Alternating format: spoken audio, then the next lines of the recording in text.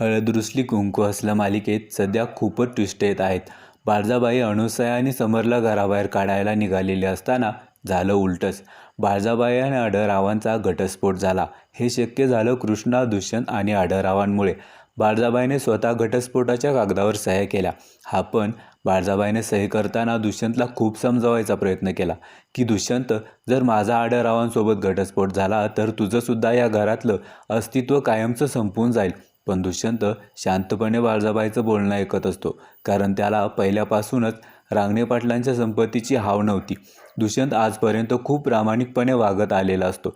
दुष्यंत स्वतः बाळजाबाईला सांगतो की तुम्ही डिव्होर्स पेपरवर सही करून आम्हाला मोकळं करा या नात्यातून. शेवटी बाळजाबाई नाईलाजाने सही करते. पण बाळजाबाई डिव्होर्स पेपरवर सही करत असताना आढळरावांना थोडंसं वाईट वाटत असतं. तसंच आता कृष्णा बाळजाबाईला आणखीन एक धक्का देते. कृष्णा म्हणते, आढळराव आणि अनसूया सासूबाईंचं परत एकदा लग्न होणार आहे.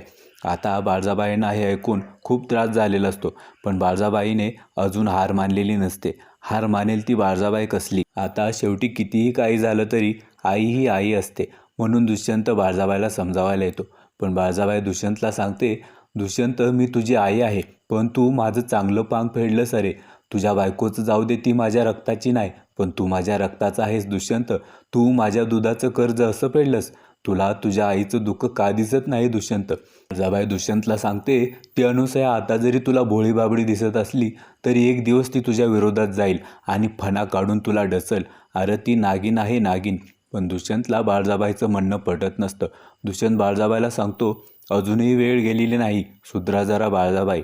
तर आता इकडे कृष्णासुद्धा पुढे शिकण्याचा निर्णय घेते. ती रात्रीच्या शाळेला जाऊन शिकत असते. दुष्यंत पण तिला साथ देत असतो. पण बाळजाबाई कृष्णाच्या शिक्षणात अडथळा आणणार आहे. उद्याचा भाग बघण्यासाठी आपल्या चॅनलला सबस्क्राईब करा मित्रांनो. धन्यवाद.